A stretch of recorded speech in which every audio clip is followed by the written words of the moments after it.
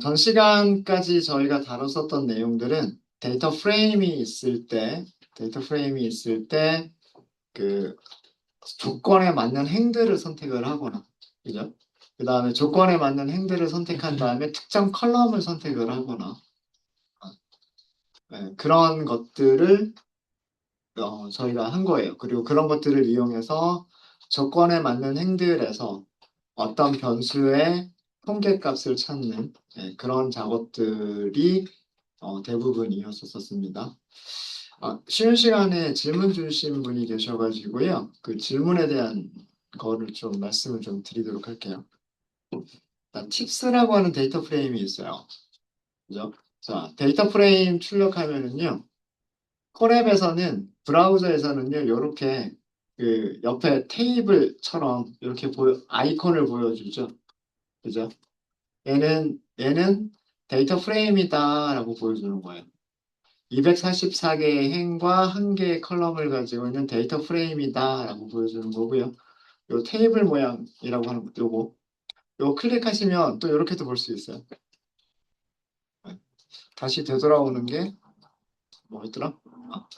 뭐 여기서 다운로드 받을 수 있어요. 뭐 CSV나 뭐 이런 걸로 다운로드 받으실 수도 있고.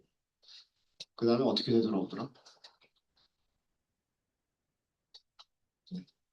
뭐 이런 식으로 한 페이지에 뭐 10개씩만 보겠다. 뭐 요런 기능도 있습니다.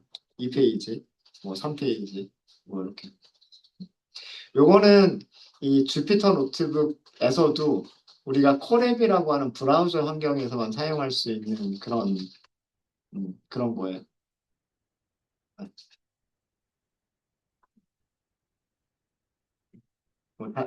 그냥 팁스라고 하면 원래는 요렇게만 보여주는데 이 브라우저 상에서 콜앱이 이런 기능을 추가로도 가지고 있는 거예요. 가지고 있는 거고. 그래서 이렇게 테이블 모양처럼 보인다라고 하면 이거는 데이터 프레임이에요. 이건 데이터 프레임이고요. 자, 데이터 프레임에서 컬럼을 선택하는 방법이 이렇게 하고서 컬럼 이름 써주는 거라고 그랬잖아요. 뭐 예를 들어서 토탈 빌 이렇게. 자, 이렇게 하면 이렇게 보여주죠. 맞아요? 244개의 행을 가지고 있고 한 개의 컬럼이다. 이렇게 보여주죠. 얘는 데이터 프레임일까요? 시리즈일까요? 일단 테이블 모양이 안 보이죠. 안 보이죠. 타입 확인해 보시면 시리즈라고 보여줍니다. 시리즈. 그러니까 데이터 프레임에서 컬럼 한 개는 1차원 데이터이기 때문에 시리즈예요. 그리고 그런 시리즈들이 각각의 컬럼에 들어간 게 그래서 2차원 모양으로 만들어진 게 데이터 프레임인 거예요. 자, 이해되셨죠? 이해되셨죠? 자, 그런데 우리는 컬럼을 2개 이상을 동시에 선택할 수도 있다 그랬죠. 컬럼을 2개 이상 동시에 선택할 때 어떻게 해요? 컬럼 이름들을 배열이나 리스트로 만들어 주시면 돼요. 컬럼 이름들을. 그래서 토탈 빌, 그 다음에 뭐 팁, 이렇게. 이렇게 하면 데이터 프레임에서 2개의 컬럼을 선택하겠다는 얘기잖아요. 데이터 프레임에서 2개의 컬럼을 선택한 데이터 프레임이 되는 거예요. 그죠? 행이 244개가 있고 컬럼이 2개인 데이터 프레임이에요. 데이터 프레임. 여기 테이블처럼 여기 아이콘 이렇게 보여주잖아요. 그죠? 아이콘 보여주죠? 요거 타입 출력하면 뭐 타입 안 출력해보지 않아도 이거는 시리즈일 수는 없어요. 그죠? 행이 있고 컬럼이 있으니까 컬럼이 여러 개가 있으니까 이건 시리즈가 될 수는 없어요. 데이터 프레임이에요. 자, 근데 질문하신 분이 요거를 질문하셨어요. 대괄호를 2개를 썼어요. 대괄호를 2개를 썼어요. 자, 얘는 테이블입니다. 데이터 프레임이에요. 데이터 프레임. 컬럼 1개짜리 데이터 프레임인 거예요. 무슨 얘기인지 아시겠죠? 음, 컬럼 1개짜리 데이터 프레임. 그러니까 얘는 복수개의 컬럼을 선택하겠다라고 했으면서 컬럼을 하나만 선택한 거예요. 네, 컬럼 1개짜리 데이터 프레임이에요. 이거 타입 출력해 보시면 타입 이렇게 하면 데이터 프레임이라고 나오죠. 데이터 프레임. 그래서 약간의 차이가 있습니다. 출력 내용만 보면 똑같아 보이는데 시리즈냐 데이터 프레임이냐의 차이가 생겨요. 차이가 생기고 그럼 테이블 표시가 있으니까 요거 클릭하면 이런 식으로 인덱스가 있고 컬럼 하나고 이런 식으로 여기서도 마찬가지로 뭐 한 페이지에 10개씩만 보겠다. 2페이지, 3페이지, 4페이지, 뭐 25페이지 뭐 이런 기능을 요거는 주피터 저기 콜앱의 브라우저 환경에서 제공하는 그런 거고요. 차이점 아시겠어요? 괄호가 한 개가 더 들어가 있느냐 들어가 있지 않느냐 이런 차이 때문에 우리가 선택한 게 저기 데이터 프레임이 될 수도 있고 시리즈가 될 수도 있어요. 근데 큰 차이는 못 느끼죠. 뭐 여기서 min 이렇게 하면 근데 출력되는 형식이 조금 다르죠. 네. 이거는 마치 여러 개의 컬럼을 가지고 있는 테이블에서 여러 개의 컬럼을 가지고 있는 그런 그 데이터 프레임에서 각각의 컬럼들의 평균값을 계산하는 것처럼 보여줘요. 토탈 빌의 평균이 19.78이다 이렇게 보여주는 거예요. 그러니까 무슨 얘기냐면 T까지 선택을 해가지고요. 이렇게 하게 되면 토탈 빌의 평균, T의 평균 이렇게 보여주는 거예요. 이해되셨죠? 어. 그러니까 두 개의 컬럼을 선택을 해서 두 개의 컬럼의 평균을 계산하겠다. 이렇게 하면 토탈 빌의 평균, T의 평균 이렇게 보이는 거죠. 근데 선택된 데이터 프레임에서 선택된 게 이렇게 하나밖에 없으면 보여줄 때 토탈 밀의 평균이 19.78이다 이렇게 보여주는 거예요. 이것도 시리즈 형식으로 보여주는 거죠.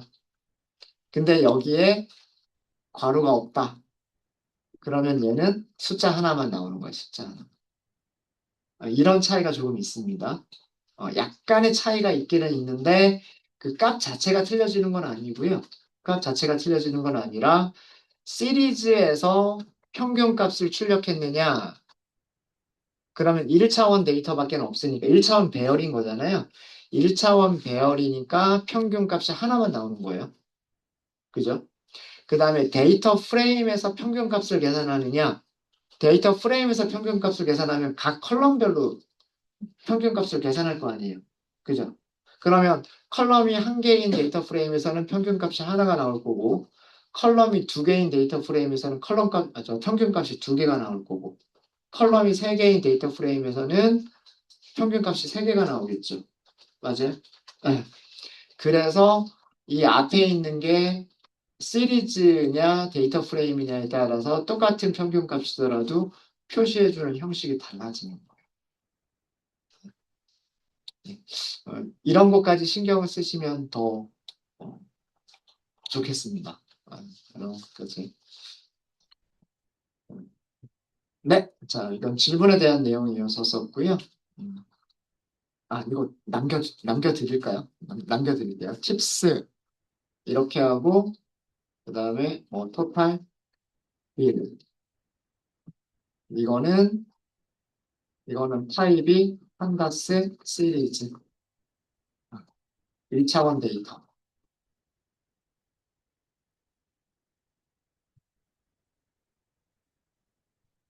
판다스 점 시리즈죠. 점 시리즈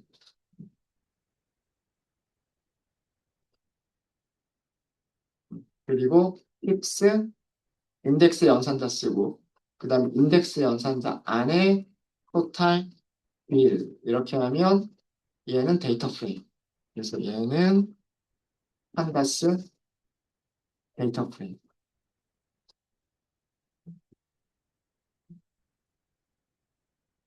2차원 데이터는 얘기해요. 2차원 데이터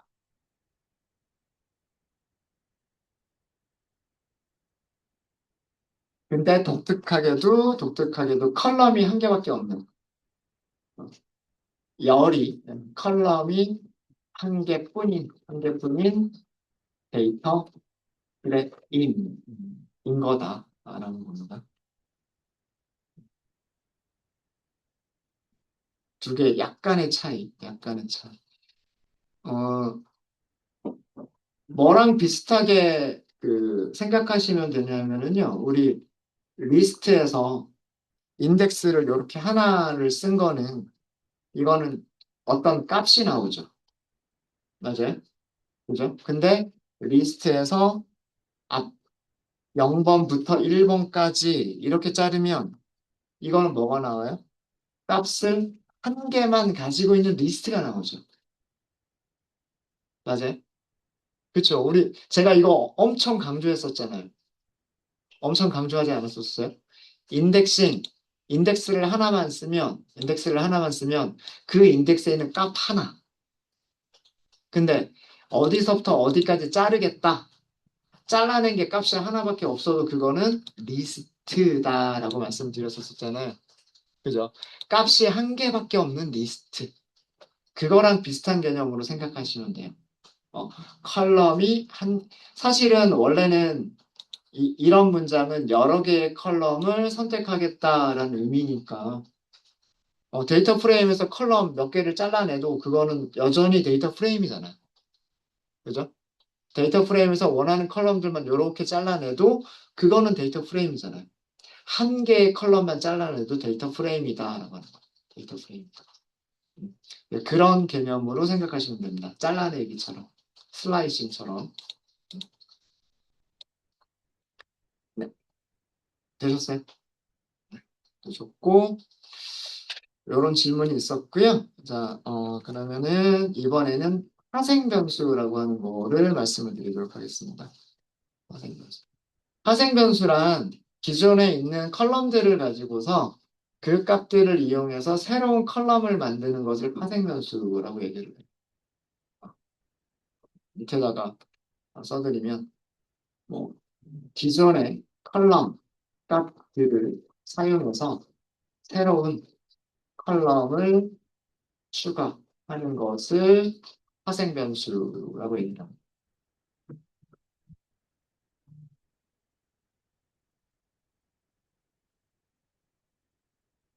뭐 여러 가지가 가능하긴 할 텐데 음,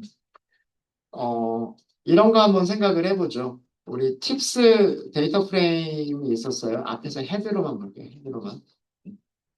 팁스 데이터 프레임이 있었는데 영수증 금액이 있었고요. 그 다음에 팁 금액이 있었어요. 영수증 금액 그 절대적인 금액도 중요하겠지만 절대적인 금액도 중요하겠지만 뭐 예를 들어서 영수증 금액 대비 팁이 몇 퍼센트이냐라고 하는 비율이 더 중요한 경우도 있을 수도 있겠죠. 그렇지 않을까요? 네. 뭐 똑같은 1달러라고 하는 팁을 주고 갔더라도 3달러짜리 식사 먹고서 1달러를 주고 간 사람이랑 10달러짜리 식사를 먹고 1달러를 주고 간 사람이랑 그죠? 똑같은 1달러지만 비율이 다른 거잖아요. 그죠? 내가 식사한 금액의 30%가 넘는 금액을 팁으로 주고 간 거랑 내가 식사한 금액의 10%만 팁으로 주고 간 거랑 이거는 전혀 다르죠. 그죠? 그러니까 어떤 경우에는 이 절대적인 금액이 중요할 수도 있지만 어떤 경우에는 그 어떤 비율이 중요할 수도 있겠다라고 하는 거예요. 근데 그 비율에 대한 거는 컬럼이 없잖아요. 하지만 우리는 계산할 수가 있죠. 그렇지 않아요? 영수증 금액, 영수증 금액 대비 팁의 비율을 계산할 수 있지 않나요? 그러니까 얘는 몇 퍼센트냐 하면 1 나누기 16 하면 그게 비율인 거고요. 그죠? 그럼 몇 퍼센트 이렇게 나오는 거죠. 1.66 나누기 10, 10.34 그러면 비율이 나오는 거죠. 그 다음에 3.5 나누기 21.01 그러면 그 비율이 나오는 거죠. 맞아요? 그죠? 자, 이런 계산을 하면 돼요. 그렇죠? 팁에 있는 값을 토탈 빌에 있는 값으로 나눠주면 되죠. 맞아요? 만약에 우리가 이게 배열이었었다면 반복문 써야 됐을 거예요. 첫 번째 행에서. 두 번째 행에서 세 번째 행에서 이렇게 하나씩 하나씩 하나씩 반복하면서 해야 됐겠죠. 그런데 배열이나 데이터 프레임에서는 그런 계산이 굉장히 쉽습니다. 팁스에서 팁을 꺼내면 시리즈가 쭉 하고 나오죠. 나누기 팁스에서 토탈 빌 이렇게 하면 시리즈가 나오죠. 자, 이 숫자들 볼까요? 이 숫자들을 보시면 0.05라고 하는 숫자가 나왔어요. 이거 1.01 나누기 16.99 계산하면 이 숫자 나올 거예요. 그 다음에 1.66 나누기 10.34 0.16이 나올 거예요. 그 다음에 3.50 나누기 21.01 이라면 이것도 0.16 이렇게 나올 거예요.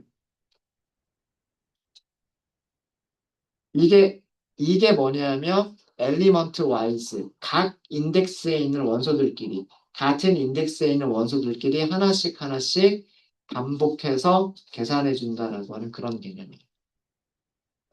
되게 쉽죠? 되게 쉽죠? 자, 그럼 계산하는 것까지는 잘했어요. 여기 있는 값이 몇 개가 나와요? 244개의 값이 나오죠. 이 244개의 값을 요 옆에다가 추가하고 싶은 거예요. 새로운 컬럼으로. 어, 이거는 어렵지 않습니다. 파생변수 추가. 일단 데이터 프레임 이름 써주시고요. 데이터 프레임 이름 써주시고 그 파생변수를 추가하실 때는 점 했을 때 변수 이름 찾을 수가 없잖아요. 우리가 없는 변수를 만들려고 하는 거잖아요. 없는 변수를 만들려고 하는 거니까 이때는 인덱스 연산자. 그리고 이름을 만들어 주시면 돼요. 팁 비율이라고 할까요? 팁 레이쇼. 네, 이렇게 하셔가지고 계산식을 넣어주시면 돼요. 팁스의 팁 컬럼에 있는 값들을 팁스의 토탈 빌 컬럼에 있는 값들로 나누겠다. 이게 파생 변수를 추가하시는 방법이에요. 그러니까 문법은 그 데이터 프레임 이름을 써주시면 되고요. 그 다음에 대괄호하고 새로운 컬럼 이름을 써주시면 되고요. 그 다음에 여기에 값, 뭐 계산식, 뭐 계산식 이렇게 써주시면 돼요. 어렵지 않죠? 자, 잘 만들어졌는지 볼까요? 자, 이렇게 해서 팁스 헤드만 볼게요. 자, 컬럼이 하나가 더 늘어났죠. 제일 마지막에 팁스는 원래 토탈 빌부터 사이즈까지 7개의 컬럼만 가지고 있었던 데이터 프레임이었는데 이제 팁 레이쇼라고 하는 없었던 컬럼이 생겼고요. 거기 들어가는 값들은 거기 채워진 값들은 팁과 토탈 비를 가지고서 계산되어진 값들이 채워져 있습니다. 네. 어렵지 않으시죠? 다른 것들도 얼마든지 추가할 수 있겠죠. 그죠? 네. 뭐 예를 들어서 성별하고요. 그 다음에 흡연 여부를 합쳐가지고도 변수 하나 만들 수 있어요. 네 가지 카테고리로 만들어낼 수 있지 않을까요? 여성, 비흡연자, 흡연자, 남성, 비흡연자, 흡연자, 뭐 이런 식으로, 그죠? 네. 뭐 그런 식으로 그, 새로운 변수를 만들어낼 수도 있을 거고요. 있을 거고, 뭐, 요일과 시간을 합쳐가지고 새로운 변수를 만들어낼 수도 있을 것 같고요. 같고, 등등. 뭐 아니면은 팁을 인원수로 나눈 거를 또 생각해 볼 수도 있겠죠. 네. 네. 뭐 1인당 팁, 뭐 그런 정도로, 그죠? 네. 그래서 팁을 인원수로 나눈 거를 새로운 어떤 파생 변수, 새로운 컬럼으로 생각을 해볼 수도 있겠죠. 등등. 그러니까 이러한 파생 변수는 그 데이터를 분석할 때 필요한 이런 데이터가 조금 더 있었으면 좋겠다. 이렇게 추가할 때, 그렇게 추가할 때 하시면 되는 거예요. 만드시는 방법은 어렵지 않습니다. 자, 그러면 요 파생 변수를 가지고서요.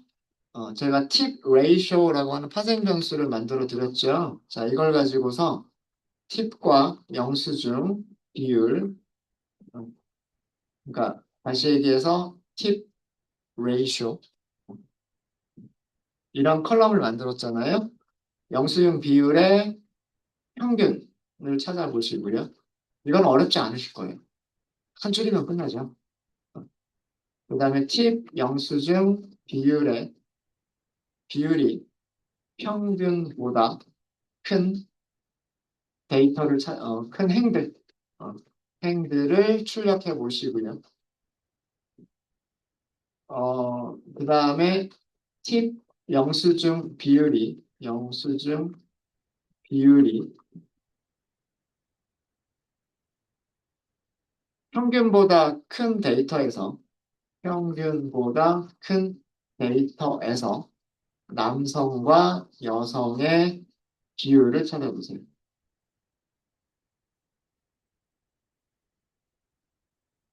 그러니까 팁 영수증 비율이 평균보다 큰 데이터 프레임이 있을 거 아니에요? 거기서 남성은 몇 명이고 여성은 몇 명인지를 찾으면 남성 몇 퍼센트, 여성 몇 퍼센트 이게 나올 거잖아요. 그죠? 네.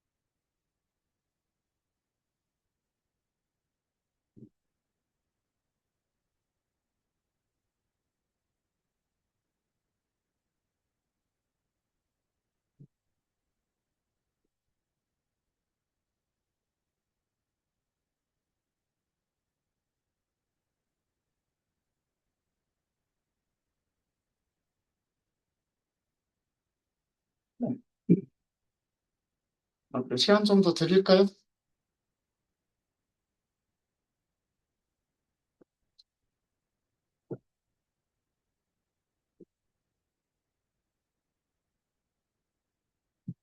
요거는 평균이라고 하는 메서드 하나만 호출하시면 되는 거고, 조건에 맞는 행들을 찾으시면 되는 거고요. 그 조건에 맞는 행들을 데이터 프레임이라고 생각해서, 그죠? 데이터 프레임이라고 생각해서 그 데이터 프레임에서 남성, 여성 비율을 계산하시면 되는 거죠. 맞아요? 네, 같이 한번 해보도록 하겠습니다. 자, 우리 팁스가 다시 만들어졌어요. 그죠? 이제 팁스는 행의 개수는 그대로인데 244개, 컬럼의 개수가 8개가 됐고요. 마지막 컬럼이 팁 레이쇼라고 하는 컬럼을 가지고 있어요. 변수를 가지고 있죠. 그러면 우리는 저 팁 레이쇼라고 하는 컬럼을 선택해서 이렇게 하면 컬럼 한 개를 선택하는 거잖아요. 맞아요. 이 컬럼의 평균 값을 계산해 주세요라고 할 수가 있죠. 음. 그러니까 평균적으로 몇 퍼센트 정도를 팁으로 주고 간다는 얘기인가요? 16%. 그죠? 뭐, 밥 먹고서 뭐 50%를 팁으로 주고 가기는 너무 그렇잖아요. 그죠? 네. 5%는 좀 작아 보이고. 뭐 그런 내용인 거예요. 그래서 한 16% 정도를 평균적으로 팁으로 주고 갔구나. 라고 하는 거를 알 수가 있고요. 그러면 16%보다도 더 많은 금액을 팁으로 주고 간 사람들이 몇 명이나 있을까? 라고 하는 게 두 번째 문제인 거예요. 그죠? 이거는 조건식을 써주는 문법을 사용하시면 돼요. 팁스에서 팁스의 레이시오가 팁스.점 팁 레이시오죠. 팁 레이시오. 크다라고 하시면 되는 거죠. 크다. 평균값보다 크다. 평균값이니까 팁스 팁 레이시오 평균값. 이렇게 하시면요. 107명이군요. 그죠? 네. 전체 244개 중에서 107개의 데이터가 0.16보다 큰 비율로 팁을 주고 갔습니다. 그걸 알 수가 있는 거예요. 네. 되셨습니까? 음.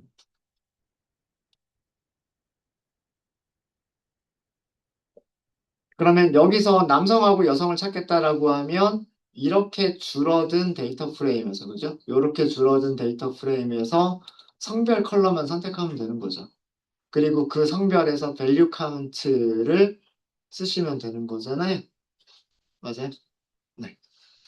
자, 제가 요거는 요렇게 좀 할게요. 요 결과를 리절트라고 할게요. 리절트. 변수에다 저장할 수 있죠. 그렇죠? 얼마든지 이렇게 만들어진 녀석을 변수에다 저장할 수 있습니다. 그리고 이렇게 변수에만 저장하면 저장하고 끝나요. 변수에 저장하고 끝나니까 값 출력해 주진 않아요. 출력할 때는 어떻게? 변수 이름 써주면 출력이 되겠죠. 똑같은 내용이죠. 맞아요. 어. 그러면 리절트라고 하는 거를 우리는 데이터 프레임이라고 생각하시면 돼요. 그죠? 이 데이터 프레임이잖아요. 맞아요? 데이터 프레임이니까 이 리절트라고 하는 데이터 프레임에서 성별을 찾으면 성별만 쭉 나오죠. 여기에서 value count 이렇게 하시면 남성은 66명, 여성은 41명이라고 하는 게 나옵니다. 그러니까 여기 107개의 자료가 있었잖아요. 그러니까 16%보다 더 많은 비율로 팁을 주고 간 손님들은 전부 107건의 레코드가 있었는데 그 중에서 66건은 남성 손님이 41건은 여성 손님이 주고 갔다는 뜻이에요. 대략 6대 4 정도의 비율이죠. 60% 40% 정도의 비율 아닐까요? 비율 계산 쉬워요. 어떻게 하시면 되냐면 리절트, 성별, 밸류 카운트를 보시면은요.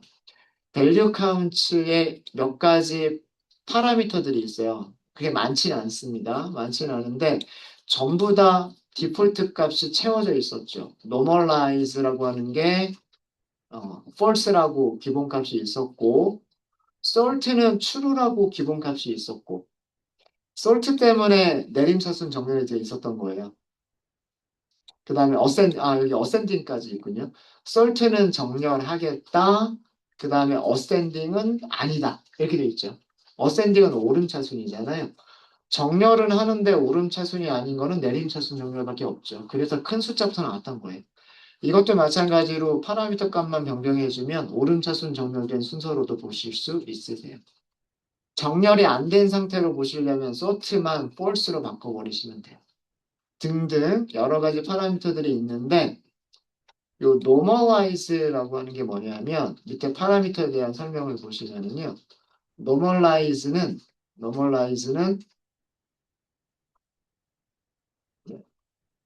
relative 여기 설명이 relative frequency를 준다라고 되어져 있어요. 근데 이 relative frequency가 우리말로 옮기면 빈도수란 뜻이에요.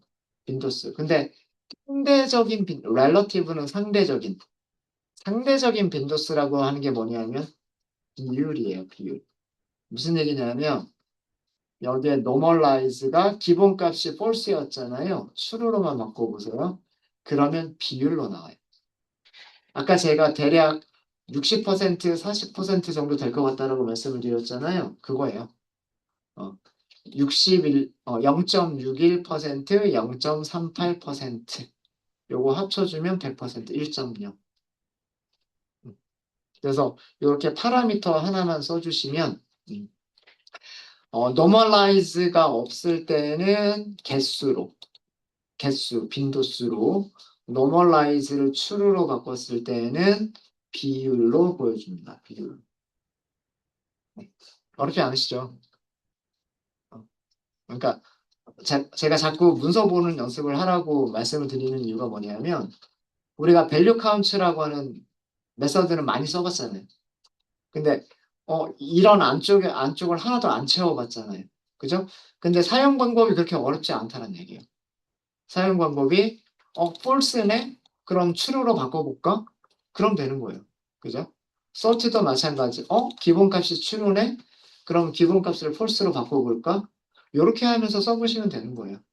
그러면은 얘네들이 어떻게 동작하는지를 알 수가 있겠죠. 어. 그리고 요 결과를 보면서 밑에 있는 문서를 읽어보면 이렇게 문서를 읽어보면 relative frequency라는 게 여기 비율을 얘기하는 거구나. 뭐 이렇게 그 예상하실 수 있으실 겁니다. 네, 되셨습니까? 요렇게까지 계산을 해주시면 될 것 같고요. 자, 그런데 만약에 제가 요 마지막 세 번째 문제를 일단 질문 먼저 있으세요? 질문은 없으신가요? 질문 없으시죠? 네. 마지막 저 세 번째 문제를 약간 수정해서 전체 남성, 여성 고객들 중에서 팁과 영수증 비율이 평균보다 큰, 평균보다 많은 남성, 여성 고객의 비율이다라고 문제를 살짝 바꿨어요. 자, 조금 애매하죠? 네, 보충 설명 조금 더 드릴게요. 제가 뭐, 써드렸는데도 잘 모르겠네요. 자, 우리 팁스라고 하는 데이터 프레임이 있었어요. 여기에 성별이 있었죠. 밸류 카운치가 있었어요. 이렇게 하면 계산할 수 있어요. 남성 몇 명? 157명. 여성 몇 명? 87명. 그죠? 이 얘기는 뭐냐면 남성 고객 157명 중에서 남성 고객 127명 중에서 비율이 평균보다 더 많은 그러니까 0.16%보다 더 많은 금액을 주고 간 남성들. 그러니까 분모가 얘를 분모로 하자는 얘기예요. 157명들 중에서 66명은 몇 퍼센트고 87명 중에서 41명은 몇 퍼센트겠느냐라는 거예요. 문제 이해되시죠? 어, 이거는 단순하게 66명, 41명 합쳐서 107명 중에서 66명은 61%고 41명은 39%다. 라는 비율인 거고요. 이 비율은. 근데 이거는 뭐냐면 원래 전체 데이터 자체가 남성과 여성의 비율이 일정하지가 않았잖아요. 남성이 훨씬 많았고 여성이 훨씬 적었잖아요.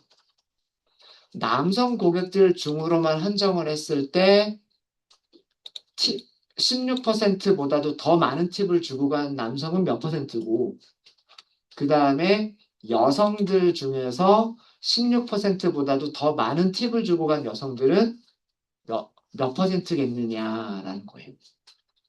어떻게 계산하면 될까요?